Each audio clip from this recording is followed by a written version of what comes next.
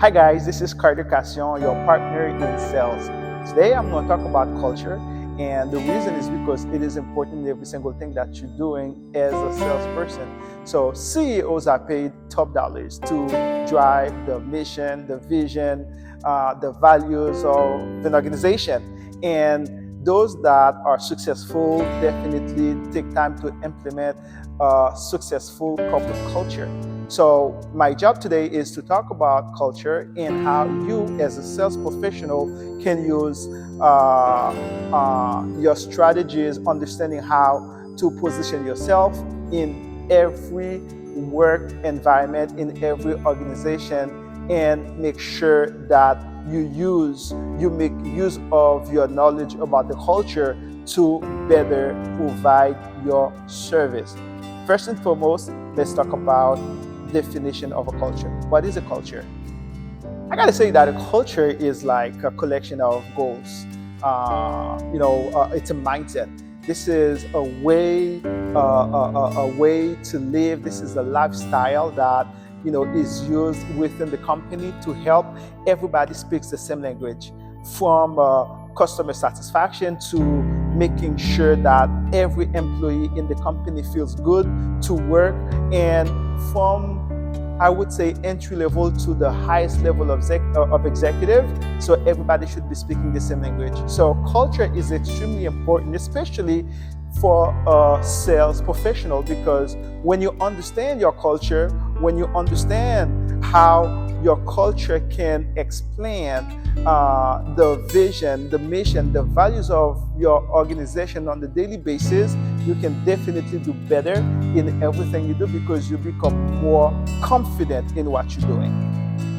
First definition of culture, let's talk about adhocracy culture. Adhocracy culture is all about free-minded guy. It's all about innovation. It's all about people who wants to think about the next big goal.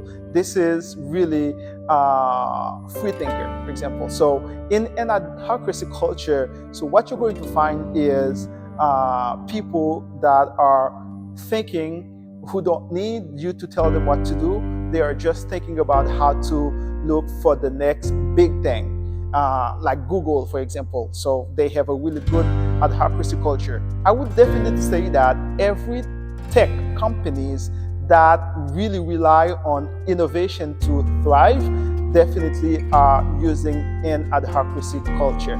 So how can you, as a salesperson, sell within an adhocracy culture? Well, it's all about being yourself. It's all about thinking big. It's all about making sure that you understand exactly what's really happening into the technical world and find a way to speak the same language as they do. And at the same time, don't try to really push on selling product, but mostly creating opportunities, creating like a really good platform, I would say a level playing field that could definitely allow you for them to listen to what you got to say, because they're already pretty much free thinker. Clean culture. Well, one thing that you have to understand when you go in within a company that are using a clean culture, they will always tell you that they are a family. We are a big family. So welcome to the family. This is exactly what you're going to get. Yeah, in a clean culture, it's all about collaboration. So everybody wants to support each other. Everybody want to work with each other. Everybody loves each other. So now, in an adhocracy culture, where I would say the cons is, or the problem could be, is management would have some hard time to take decisions or to tell their employees what to do, because they are all about innovation. But in a clean culture, it might even be really hard to take decisions, like hard decisions, because what may occur is that they are so into collaboration. So taking the next step to change can be very, very hard. Customer focused culture, it's all about customer. Well, sometimes I got to say that there are companies such as in Canada, TD, for example, TELUS, for example. These companies are definitely, customer focused culture. They're really focused on customer. Why do I say that? I'm going to give an example. Every time you call TD Bank for any type of service, the way they're going to answer is, how can I make your day better? So this is a way to say that they want to make sure that you are good. They want to make sure that you are fully satisfied. Well, the other upside down, like, in a customer focus, is that sometimes you can so obsess about, customers, you might want to listen to everything the customer is saying without focusing on your true goals. So yeah, as a salesperson, so what you got to do, if you really want to speak the same language, you got to find some words that show how you can be really customer centric, speaking exactly the same language that they use within, to make sure that they can listen to you. Hierarchy culture. Well, hierarchy culture is all about stability. It's all about efficiency. It's all about making sure that you do the right thing. For example, the financial world, it's all about compliance. So you want to make sure that you respect your boss. You want to make sure that your boss respect your other boss. So this is a way to say that, in a hierarchy culture, you want to make sure that you understand how to really position your service. So when you are dealing in an environment where hierarchy is important, what you got to do is making sure that you can listen to everybody and then get as much as information that you want, and focus on compliance. Focus on compliance, focus on respect, focus on making sure that the person you are speaking, you can help him make his boss feel good.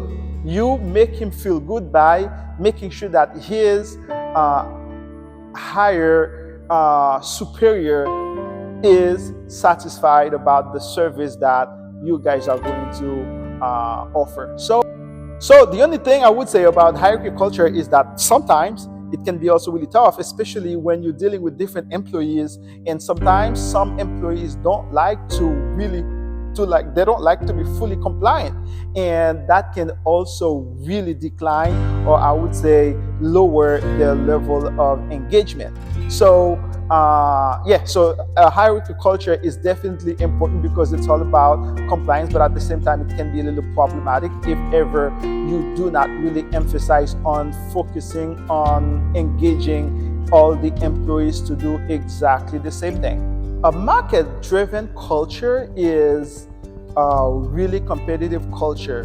The main job of a market-driven culture, like the main job of this organization, is to make sure that they're always ahead, they're always in the top, they're always in the top 5, and they're always got to make sure that their customer or their shareholder are really happy, because they're always pretty much respecting the line of command, which is number 1, number 2, number 3.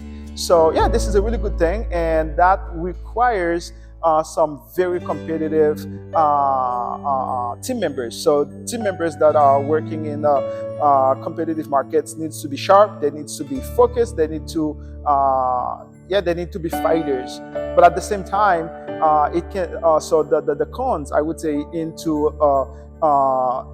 competitive market like that. So the company might be so focused on achieving their goal to be number 1, number 2 into their respective field, and they might really forget about the well-being of their employees. So yeah, so this is a way. So as a matter of fact, so if you are a salesperson developing businesses in a competitive market like that, or I would say market-driven culture, well, you need to show that you are focused, you are efficient. Moreover, you need to definitely know your game. Otherwise, you'll be shredded. Innovative culture. What is an innovative culture? Well, innovative culture is all about making sure that you have a bunch of employees, team members that have one goal Innovative to culture. brainstorm, to bring new ideas, who believes in innovation. Yeah, in a culture like that, you need to be consultative. You need to learn to be really consultative, to consult, to understand what really matters, talk about, how you can help them bring more ideas. Most of the time, you're going to find, companies like that. Most of them can be technology company, they can be consulting company, they can be companies, even sales companies. Like creative culture. Creative culture is a culture where company establishes a strategy to be number one or the first to bring an idea to market, or to bring a brand to the market, to bring a product to the market. So they want to be the first person to bring it over and to talk about it, and then to maintain that market leadership. So most of the time, you're going to find some media companies, advertising companies, marketing companies tends to be tends to create that culture where they want to be the first, especially the news media. So they love to do that. Like when they have a piece of news, they want to be the first person to talk about it and then to bring it over so that they can say that they are the first people to come over. So yeah, this is what we could definitely say like a creative culture. This is people that create opportunities and then promote that brand to be number one. Yeah, so well, the good thing about creative culture is that so with one idea you can make a big name because you're the first person to bring it over it. But at the same time, the cons of creative culture is that you might be so focused on that on the idea that you have, you forget to really focus on other things, and then you can be passed by very quickly. I can give an example. So if you're looking at what's going on, so the media versus YouTube, a lot of companies didn't know that social media was going to be so strong, and they have been only focusing on the newsroom until social media, Facebook, YouTube, Google just exploded and they had to catch up. So yeah, so this is pretty much the concept. This is a way to say that when you're working as a sales professional in creative culture, your job is to help them first and foremost focus on the idea that they have, that they are developing the brand that is really dear, that is really important to them, but at the same time help them understand what is really happening and how they can, while focused on their main core of business, to be also elongating opportunities like to the next level. So that is definitely your responsibility as a job, as a sales professional. So this is making sure that you take the hands of your customer and help them to go forward. A bureaucratic culture is all about making sure that whatever was in the job description is exactly what you're going to do. It's really a lot of levels of management, a lot of policies, and then it's all about policies, politics, and focus. So yeah, and you going to find that mostly within different levels of government, where sometimes bureaucracy is always going to prevail over anything else, because management has to be respected and lots of level of administration has to be taken care. And at the same time, I would say making sure that decision making process is always going to be long. This is definitely the cons of it. I'm not really, when it comes to bureaucracy, so I'm in sales, so I'm definitely a really good guy that focus on a lot of details and management, but I don't see myself being a bureaucrat. I am more like a hands-on guy on the field. But I gotta say that bureaucracy can be really tough, especially when you're in sales.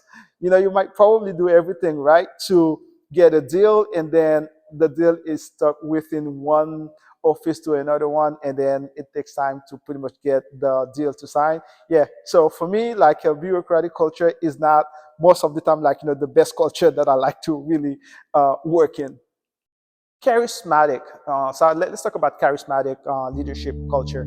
For me, a lot of people might talk about, Jeff Bezos. Some other people might talk about Elon Musk, because these people, what they have done, they have really changed the level of their, companies, and then bring it to the highest level. I'd like to just focus on, companies in Canada. For example, there is one guy that I have met.